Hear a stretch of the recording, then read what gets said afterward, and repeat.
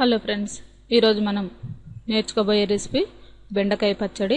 ఇది ఎలా తయారు చేసుకోవాలో చూద్దాము. దానికి కావాల్సిన పదార్థాలు: బెండకాయలు ఒక పావు కిలో తీసుకోండి, మనం సన్నగా ముక్కలుగా కట్ చేసి పెట్టుకుందాము. పచ్చిమిర్చి ఒక 7-8 తీసుకోండి, మీకు కావాల్సినంత కారానికి సరిపడా.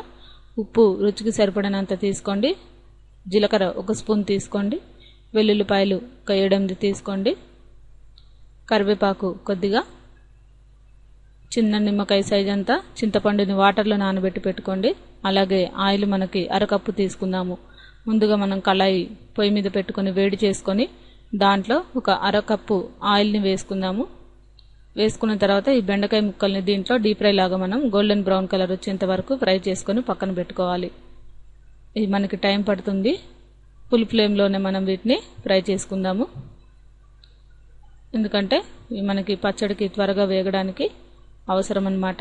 ఇప్పుడు ఈ ముక్కల్ని ఈ విధంగా వేగిన తర్వాత వీటిని ఒక సపరేట్ బౌల్లోకి తీసుకొని పక్కన పెట్టుకొని చల్లారనివ్వండి. చూసారు కదా, ఈ విధంగా మనకి బ్రౌన్ కలర్ వచ్చిన తర్వాత బెండకాయ ముక్కలన్నింటినీ కూడా సపరేట్ చేసేసి వేరే బౌల్లో పక్కన పెట్టుకోండి. మరికొంత ఆయిల్ అంతా తీసేసి ఒక 2 స్పూన్ల ఆయిల్ వేసుకొని దాంట్లో పచ్చిమిర్చి కరివేపాకు వేగిన తర్వాత మిక్సీ బౌల్లో ఈ బెండకాయ ముక్కలు, పచ్చి జీలకర్ర, వెల్లుల్లిపాయలు, చింతపండు,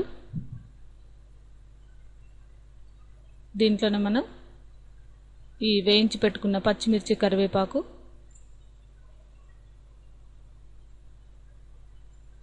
రుచికి సరిపడా ఉప్పు వేసుకోండి. ఇప్పుడు మనం దీన్ని మరి మెత్తగా కాకుండా ఇలా లైట్గా కొద్దిగా మిక్సీలో గ్రైండ్ చేసుకోవాలి. మరి మెత్తగా పడితే కూడా బాగుండదు.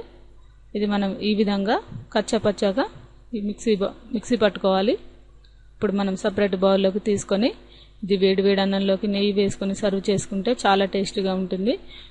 ఎంతో రుచికరమైన ఈ బెండకాయ పచ్చడి మనకి ఇప్పుడు రెడీ అయిపోయింది. ఈ రెసిపీ మీకు నచ్చినట్లయితే లైక్ చేయగలరు. ఈ రెసిపీని మీరు కూడా ట్రై చేసి చూడగలరు.